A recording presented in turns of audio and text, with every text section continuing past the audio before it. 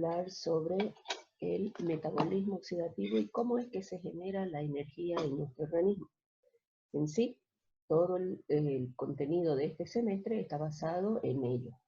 Y vamos a empezar a partir de lo que es o cómo lo podemos definir el metabolismo.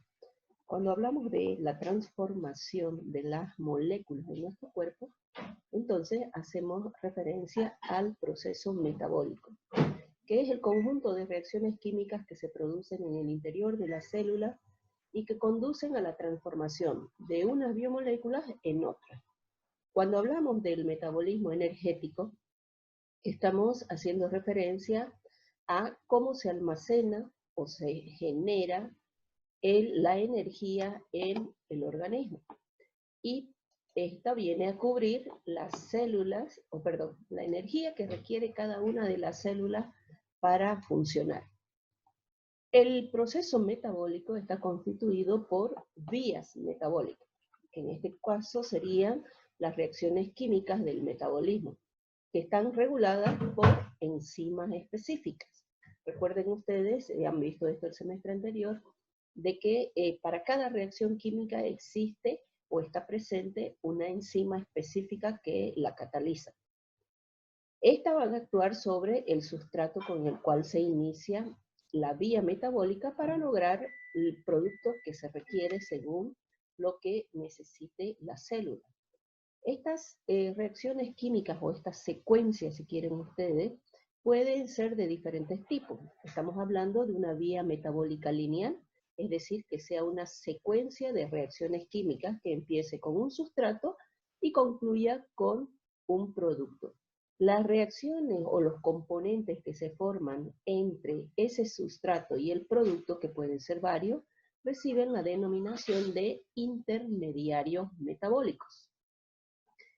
Si la vía metabólica tiene un carácter convergente, es decir, que se dirige hacia un componente o a partir de uno se generan las reacciones químicas, se denomina la vía metabólica ramificada. Y es cíclica cuando parte de un intermediario metabólico y lo vuelve a regenerar. Tenemos de estos tipos diferentes en los procesos metabólicos del organismo que vamos a ir viendo más adelante. Otro de los términos que es importante considerar cuando hablamos del metabolismo es que estas vías o esta secuencia de reacciones químicas pueden tener como finalidad la degradación de un compuesto o su oxidación completa. Entonces estamos haciendo referencia a el catabolismo. Si la secuencia de reacciones tiene como finalidad formar una energía o formar una nueva molécula, entonces estamos hablando de el anabolismo. Si vemos estos dos procesos que son parte del metabolismo, tenemos que indicar que desde el punto de vista energético también poseen características. Todo proceso catabólico genera energía, libera energía, es decir, tiene carácter exergónico. Por el contrario, el proceso anabólico o el anabolismo gasta energía, requiere, entonces tiene un carácter endergónico. Para nuestro organismo, cuando nosotros hablamos de energía, hacemos referencia en general por la energía generada en un medio aeróbico. Es decir, la fuente principal para generar esta energía viene a ser la molécula de glucosa. Si ustedes recuerdan, cuando hablamos de biomoléculas, hemos dicho que dentro de los carbohidratos el más importante viene a ser la molécula de glucosa, porque ella es utilizada como fuente energética en el organismo. Todos aquellos funciones, si quieren ustedes, que nosotros podemos ejercer en nuestro organismo, el hablar, el caminar, el pensar, son resultados de reacciones químicas. Entonces, para que éstas se lleven a cabo, se requiere energía. Entonces, estamos hablando de que este requerimiento de energía puede ser mayor o menor, dependiendo del tipo de trabajo que se quiera realizar. En nuestras células, la molécula de glucosa se degrada y al degradarse libera energía. Parte de esta se utiliza para sintetizar el ATP, que para nosotros viene a ser la molécula energéticamente utilizable por la célula. Para que este ATP se forme, se requiere el oxígeno.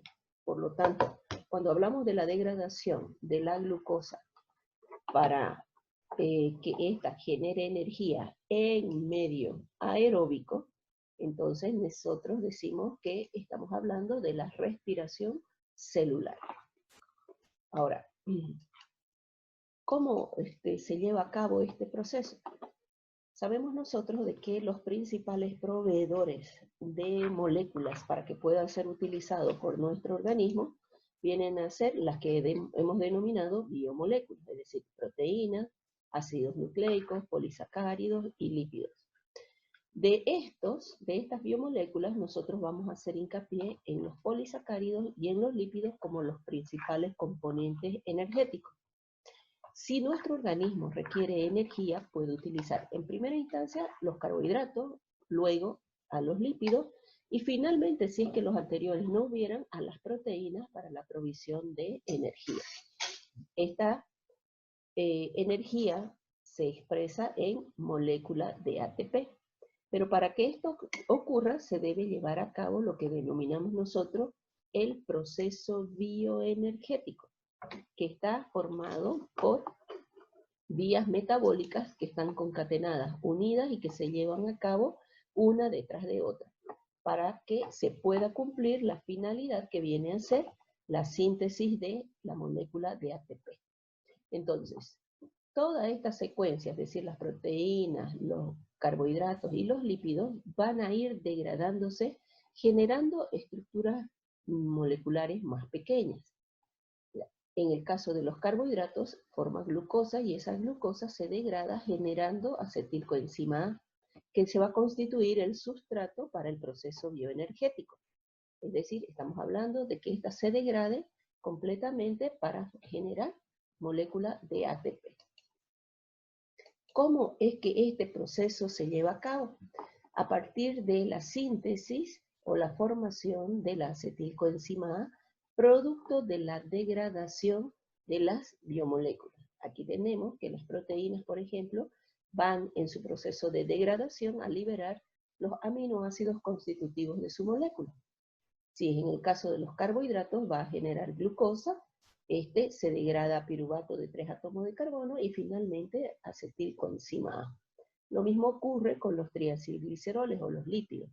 Están liberando ácidos grasos, forman parte de su molécula junto con el glicerol, y estos también generan acetilcoenzima A. Esta acetilcoenzima A se constituye una molécula importante desde el punto de vista de la respiración celular, porque se constituye el componente que va a echar a marchar lo que denominamos el metabolismo oxidativo o el metabolismo energético. Esta se constituye también en una encrucijada metabólica, es decir, que de acuerdo a lo que demande nuestro organismo, esta acetilcoenzima A que proviene de las biomoléculas puede seguir diferentes caminos, dependiendo de la necesidad de la célula. Por ejemplo, puede sintetizar cuerpos cetónicos, que son componentes que generan también o que son utilizados como energía en el cuerpo. La síntesis de los ácidos grasos. Aquí estamos hablando del proceso metabólico. Decíamos inicialmente que los carbohidratos pudieran, por ejemplo, transformarse en lípidos. Aquí estamos viendo uno de los caminos. La acetilcoenzima A generada por los carbohidratos puede ser utilizada para la síntesis de ácidos grasos. Independientemente de dónde provenga esta acetilcoenzima A, también pudiera ser utilizada para la síntesis de los esteroides. Una de las vías metabólicas que puede seguir esta acetilcoenzima A, como la hemos denominado en una encrucijada metabólica, va a elegir si lo que necesita nuestro organismo es energía, entonces esta acetilcoenzima A va a ingresar al ciclo, se va a llevar a cabo la cadena respiratoria, la fosforilación oxidativa, donde al degradarse va a generar ATP. Este es el proceso o la vía metabólica que vamos a describir ahora. Recuerden, el metabolismo energético está formado inicialmente por un componente, decíamos nosotros, de que viene a ser el ciclo de Krebs. El proceso metabólico o metabolismo energético, porque estamos viendo que se va a generar energía. Si hablamos del metabolismo oxidativo, recuerden que oxidación para nosotros es simplificación, degradación, pérdida de electrones, y es lo que ocurre en este proceso. El ciclo de Krebs se constituye una ruta metabólica que forma parte de lo que estamos hablando, de la respiración celular, es decir, de aquellas células que son capaces de hacer uso del oxígeno. Esta energía que se libera producto de la degradación de la acetilcoenzima A va a ser utilizada para generar energía química en forma de ATP. Ustedes ven aquí que la acetilcoenzima A que ingresa va a reaccionar con el oxalacetato para formar el citrato. En este proceso se llevan a cabo una serie de reacciones, donde cada uno de estos componentes formados se constituye o se denominan intermediarios metabólicos.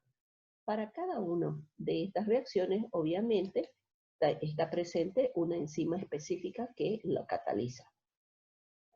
Dentro de las generalidades del ciclo tenemos que el ciclo de Krebs se denomina así porque fue Hans Adolf Krebs quien describió la secuencia de las reacciones químicas. Es denominado también ciclo del ácido cítrico porque el primer componente que se forma al unirse la acetilcoenzima A con el oxalacetato viene a ser el citrato o el ácido cítrico. También se denomina ciclo de los ácidos tricarboxílicos porque estructuralmente hablando, el citrato, que es uno de los componentes que se forma inicialmente, posee estas características, es decir, de tener presente en su molécula 3 ácidos carboxílicos.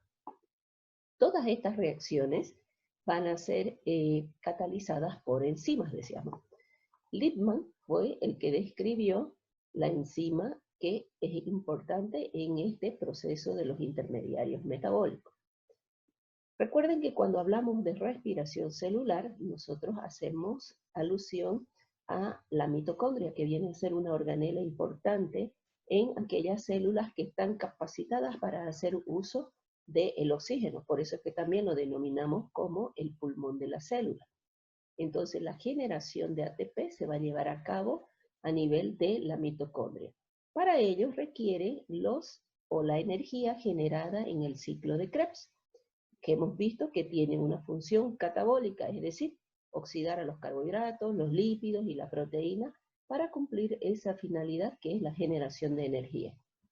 Si hablamos de su función anabólica, entonces estamos hablando de que algunos de los intermediarios del ciclo, es decir, de los componentes que se forman, pueden ser utilizados para sintetizar nuevas moléculas en el organismo. Si nosotros vemos aspectos generales, como les decía hace un momento, es una serie de 8 reacciones que oxidan completamente a la acetilcoenzima A, degradándola hasta dióxido de carbono. En ese proceso se va a formar ATP a partir del NAD y el FAT generado por ese proceso degradativo. Estamos diciendo que se constituye un proceso aeróbico, por lo tanto, si hubiese ausencia de oxígeno, el ciclo no se puede llevar a cabo. Aquí hay una visión general de lo que nosotros vamos a denominar del proceso bioenergético. La finalidad, voy a ser reiterativa en esto, es generar energía en forma de ATP. Todo lo que está aquí encerrado en este cuadro constituye lo que vamos a denominar proceso bioenergético o el metabolismo oxidativo, que involucra el ciclo de Krebs, la cadena respiratoria y la fosforilación oxidativa que va a generar el ATP. Para que este proceso bioenergético se inicie, se necesita acetilcoenzima A como el sustrato iniciador. Esta acetilcoenzima A puede provenir, decíamos, de los carbohidratos, los lípidos y las proteínas, que en el proceso de digestión o el proceso metabólico que vamos a denominar, generan moléculas más pequeñas, las cuales al degradarse generan el componente sustrato del ciclo que viene a ser la acetilcoenzima A. Entonces, vamos a describir básicamente lo que ocurre en el ciclo. Una vez provista la acetilcoenzima A, que viene a ser el sustrato iniciador para el requerimiento o cubrir el requerimiento de energía que tiene la célula, esta se va a unir al oxalacetato. Este oxalacetato es un componente de 4 átomos de carbono, que unido a los 2 que provee la acetilcoenzima A, genera el primer compuesto por el cual debe su nombre este ciclo, que es el citrato, o el ácido cítrico. Yo voy a hacer alusión a cada uno de los intermediarios metabólicos en su forma disociada, es decir, como citrato, porque recuerden, este ácido cítrico está presente a nivel de la célula. En la célula hay gran cantidad de agua. Todo componente que está presente en el agua es capaz de liberar hidrogeniones, en el caso de este ácido cítrico. Entonces, al liberar esos hidrogeniones, queda como citrato.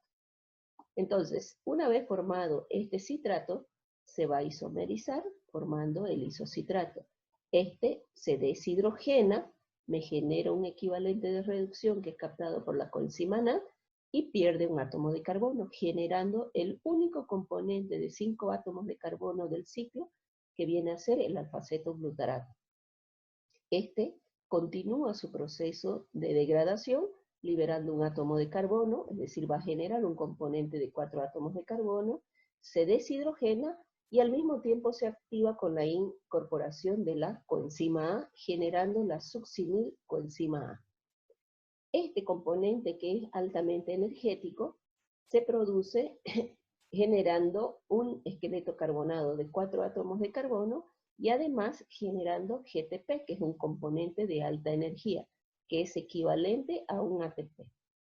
Este sigue transformándose, pierde hidrógeno, captado por la coenzima FAT, genera el fumarato, siguen teniendo 4 átomos de carbono, este fumarato se va a hidratar, genera malato, este se deshidrogena, liberando equivalente de reducción captado por el NAD, y al mismo tiempo regenera la molécula de oxalacetato con el cual se inició el ciclo, es decir, se cierra la vía metabólica. Por eso hablamos de una vía metabólica cíclica. Entonces aquí tenemos las reacciones descritas, cada uno con su enzima correspondiente, la característica estructural que les mencionaba cuando hablábamos de los ácidos tricarboxílicos. Este es un componente de 6 átomos de carbono, de los cuales 3 de esos átomos de carbono tienen grupos carboxílicos.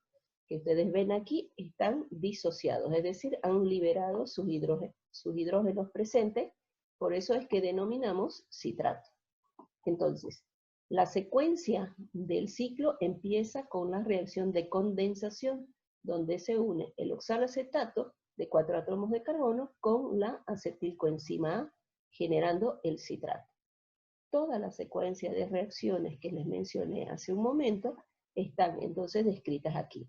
Dentro del ciclo tenemos reacciones de condensación, de deshidratación, de hidratación, de descarboxilación, y lo que nos interesa son las deshidrogenaciones, porque la energía que se genera producto de la degradación de la acetilcoenzima A en el ciclo está representada por los hidrógenos que se liberan del isocitrato, del alfa-cetoglutarato, del succinato y del malato. Entonces, 3 de estos hidrógenos que son liberados por estos intermediarios metabólicos, recuerden, cada uno de estos compuestos que se van generando producto de las reacciones del ciclo se denominan intermediarios metabólicos. Entonces, 3 de estos intermediarios al deshidrogenarse van a ceder su hidrógeno a la coenzima NAD. Y uno de ellos, que es el succinato, lo va a ceder a la coenzima FAT. Estos componentes son la representación de la energía liberada por el ciclo. Además, si hablamos desde el punto de vista energético, se produce por la degradación de la succinilcoenzima A succinato una reacción denominada fosforilación a nivel de sustrato. ¿Por qué es importante esto? Desde el punto de vista energético, al simplificarse el succinato liberando la coenzima A de su molécula, va a permitir que el GDP se una al fósforo y se forme GTP. que para nosotros es un equivalente de ATP. Recuerden que es un nucleótido con 3 fósforos, es decir, es un componente de alta energía. Entonces, de las reacciones que se llevan a cabo en el ciclo, se van a ir formando los intermediarios, vuelvo a repetir, el NAD y el PAD, que serían los conectores con la siguiente vía metabólica, que es la cadena respiratoria. Entonces, este ciclo va a formar componentes intermediarios a través de diferentes reacciones. Aquí hay un cuadro que resume todo lo que les acabo de decir. ¿Cuál es la molécula que se ha formado? El intermediario metabólico que estamos hablando, la enzima que ha catalizado la reacción, el tipo de reacción que se ha producido, los productos generados. Ustedes van a ver que, miren aquí, el citrato es la molécula de cual se parte, es decir, es el sustrato. El producto es el cis-aconitato. En esta reacción el cis-aconitato es el producto. Pero para que se lleve a cabo la siguiente reacción, este cis-aconitato actúa de sustrato. Y así se van formando los intermediarios metabólicos. Aquí hay un comentario acerca de la característica que tiene la reacción. Es decir, por ejemplo, aquella reacción irreversible que nosotros vamos a ver, aquellas que pueden ser reversibles que ustedes conocen, aquellas donde participan coenzimas, nos dan el hecho de que se puede reversibilizar la reacción química. Este detalle va a permitir que nosotros podamos entender el proceso característico del ciclo de Krebs. ¿En qué sentido? Hace un momento decíamos que el metabolismo involucra dos procesos, el catabolismo y el anabolismo. Una de esas reacciones, o el proceso catabólico, degrada moléculas, que es lo que estamos viendo aquí en el ciclo. La acetilcoenzima A, que está proveniendo de carbohidratos, de lípidos o proteínas, se está degradando en estas 8 reacciones hasta dióxido de carbono y agua. Recuerden, aquí estamos liberando un átomo de carbono y aquí también. La formación del alfa-cetoglutarato y del isocitrato nos permite liberar esos átomos de carbono. Entonces, cuando hablamos de que la acetilcoenzima A se va a degradar hasta dióxido de carbono, entonces estamos hablando del proceso catabólico. Pero hemos dicho de que el ciclo también se constituye un componente proveedor de sustratos para la síntesis de otros componentes. Es decir, aquí estamos hablando del carácter anfibólico que tiene el ciclo. ¿Por qué es anfibólico? Porque puede degradar y puede formar moléculas. Aquí están unos ejemplos, por decir, la molécula del citrato, que es la primera molécula o el primer intermediario metabólico que se forma cuando la acetilcoenzima A reacciona con el oxalacetato, puede ser utilizado para sintetizar ácidos grasos o sintetizar colesterol. Aquí estoy hablando de la vía anabólica. Si hablamos de la incorporación de la acetilcoenzima A, estoy hablando del proceso catabólico. Existen otros intermediarios del ciclo que pueden ser utilizados para el proceso anabólico, sintetizar. Por ejemplo, tengo la succinilcoenzima A, que puede ser utilizada para la biosíntesis de la porfirina, o si quieren ustedes de la estructura que forma parte de la hemoglobina, que es nuestro principal transporte de oxígeno en el organismo. Aquí el alfa-cetoglutarato se puede utilizar también para la síntesis de aminoácidos que forman parte de nuestras proteínas. Lo mismo ocurre con el malato, que puede ser utilizado para la síntesis de glucosa. En el caso del oxalacetato, este también puede ser utilizado para la síntesis de aminoácidos.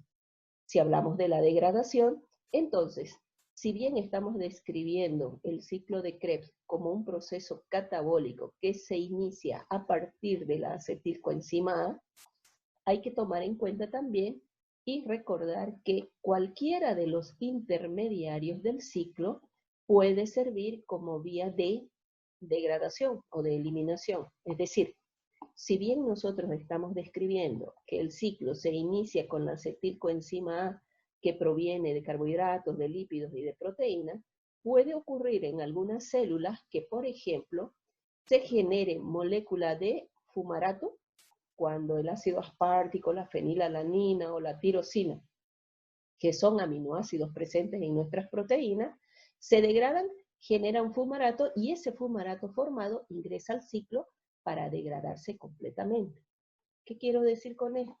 Que existen compuestos que pueden ingresar al ciclo vía cualquier intermediario del ciclo, no exclusivamente en forma de acetilcoenzima A.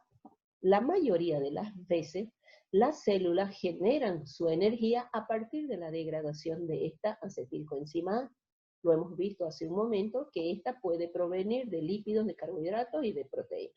Pero eso no significa que otros componentes pudieran ser parte de este ciclo en el proceso degradativo. ¿Bien? Entonces, ¿qué es lo que vamos a ir viendo cuando hacemos un análisis del proceso bioenergético? Aquí es importante conocer el balance. Cuando hablamos de balance energético, nosotros hacemos alusión a la relación que existe de las moléculas que gastan o generan energía en una vía metabólica. Recuerden, estamos hablando del ciclo como vía metabólica. Si queremos hacer un análisis desde el punto de vista energético, tenemos que tomar en cuenta aquí cuáles son las moléculas que intervienen, pero que son considerados componentes energéticos. Entonces, para resumirlo, el ciclo desde el punto de vista energético, vuelvo a repetir, decimos que la acetilcoenzima A en el ciclo se degrada hasta dióxido de carbono. Para que eso ocurra, o en ese proceso, se requiere la presencia del NAD y del FAD, porque en el proceso de degradación de la acetilcoenzima A se van a liberar energía en forma de equivalentes de reducción, producto de las reacciones de deshidrogenación. Por lo tanto, las coenzimas NAD y FAD van a pasar de su estado oxidado a su estado reducido. Es decir, aquí están presentes los hidrógenos liberados de las reacciones de deshidrogenación. Otro componente importante desde el punto de vista energético es la fosforilación oxidativa, la fosforilación a nivel de sustrato que mencionamos en el ciclo. Decíamos que el GDP se va a unir al fósforo y entonces se va a formar un componente de alta energía que viene a ser el GTP. Dicho de otra manera, para resumir el ciclo desde el punto de vista energético, nosotros decimos, la acetilcoenzima A se degrada y me genera energía en forma de NAD y de FAD al estado reducido, además de la molécula de el GTP. Todo este proceso de transformación de moléculas, en este caso de degradación de la acetilcoenzima A, tiene una regulación. En nuestro organismo todo debe funcionar en forma equilibrada. Ese equilibrio se mantiene cuando hablamos de reacciones químicas por mecanismos de regulación. Existe en toda vía metabólica un mecanismo de regulación metabólica, denominada así, porque está basado en la disponibilidad de la molécula que en este caso va a constituirse como sustrato, es decir, como iniciador del proceso. En el caso del ciclo vendría a ser la acetilcoenzima A. Si hay acetilcoenzima A presente, el ciclo se va a iniciar. Si no lo hay, entonces el ciclo no se lleva a cabo. Por eso decimos regulación. ¿En qué momento se lleva a cabo la reacción y en qué no? Si estamos hablando de una reacción química o una secuencia, en este caso de reacciones químicas, para que ellas se lleven a cabo necesito enzimas activas. Entonces, la modulación de la actividad enzimática y la concentración de estas enzimas presentes va a constituirse el mecanismo de regulación enzimática del ciclo. Entonces, si se activa, por ejemplo, la enzima condensante donde el acetilcoenzima A se une al oxalacetato, voy a tener la formación del citrato y con ello el inicio del ciclo. Entonces estamos hablando de regulación enzimática. Pero tanto las enzimas como las moléculas presentes tienen un mecanismo de regulación hormonal. Si ustedes recuerdan, tanto las hormonas como las vitaminas se constituyen componentes reguladores del proceso metabólico de nuestro organismo, es decir, cómo funciona nuestro organismo. Las hormonas, en este caso las hormonas del crecimiento, las hormonas tiroideas, están relacionadas con la regulación de las reacciones químicas que se llevan a cabo en el ciclo. Entonces, resumiendo, la regulación del ciclo de Krebs tiene una regulación metabólica, una regulación enzimática y una regulación hormonal. Para que se lleve a cabo el proceso donde la acetilcoenzima A se degrada para generar energía que va a ser utilizada para la síntesis de ATP, debe producirse toda la secuencia como la hemos descrito. Pero también existen en nuestro organismo mecanismos inhibidores, es decir, aquellos que evitan que se lleve a cabo el ciclo. A diferentes niveles, aquí hay una ejemplificación de la regulación metabólica, es decir, que reacción no se va a llevar a cabo y con ello va a evitar que el proceso del ciclo se produzca y por lo tanto haya una inhibición de la síntesis de ATP. Si aquí no tengo la provisión, por ejemplo, en la primera reacción donde el acetil se une al oxalacetato para generar citrato, yo necesito en esto la citratosintasa, necesito la presencia del componente de las coenzimas y energía que va a ser generada. Entonces, aquí son niveles de inhibición que se pueden producir. Si hay la presencia de succinilcoenzima A, este se va a constituir un inhibidor de la citratosintasa y con ello voy a evitar que se forme el primer componente y por lo tanto que las reacciones subsiguientes no se lleven a cabo. ¿Cuál va a ser el resultado? La falta de energía generada que me va a impedir la formación de síntesis de ATP. Es decir, que cada proceso metabólico, así como es regulado para que sí se pueda llevar a cabo, tenemos también procesos inhibitorios, es decir, que no se pueda producir